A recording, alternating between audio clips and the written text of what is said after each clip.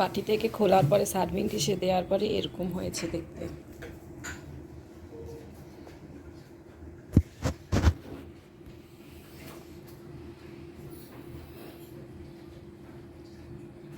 আমি দেখাচ্ছি। পুডিং বানানোর জন্য প্রথমে চিনি দিয়ে আমি একটু ক্যারামেল বানাই নিব।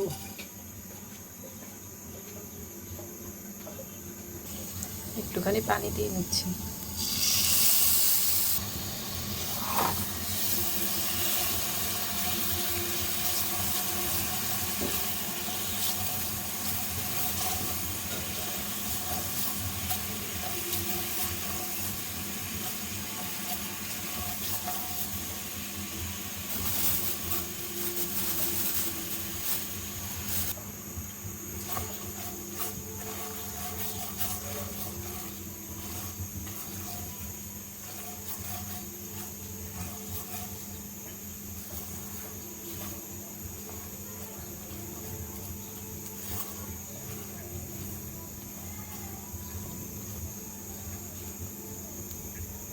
গোল্ডেন কালার আসতে শুরু করছে, একটু গোল্ডেন কালার হয়ে গেলেই আমি এটা বন্ধ করে দিব, কারণ না হলে পুড়ে যাবে।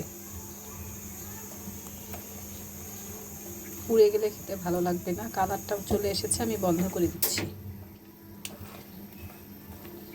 নাড়তে হবে।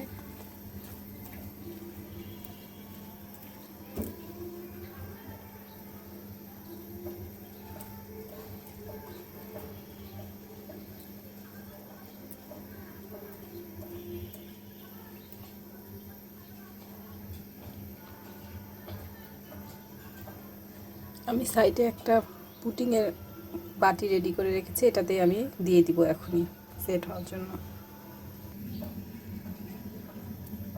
কালারটা চলে এসেছে, আমি বন্ধ করে দিয়েছি অনেক আগে, একটু এখানে রেখেছি যাতে এই এক্স্যাক্ট কালারটা আসে। আগে বন্ধ না করলে পুড়ে যাবে।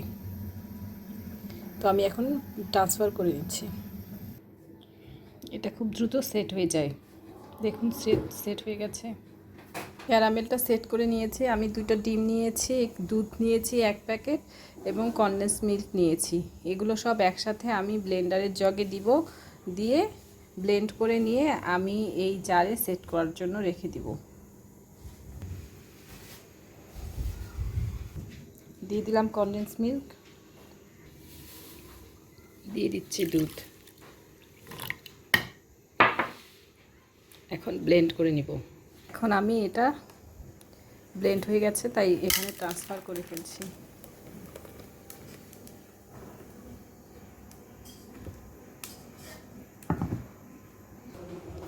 একটি পাত্রে পেপার টাওয়েল এবং পানি দিয়ে দিয়েছি।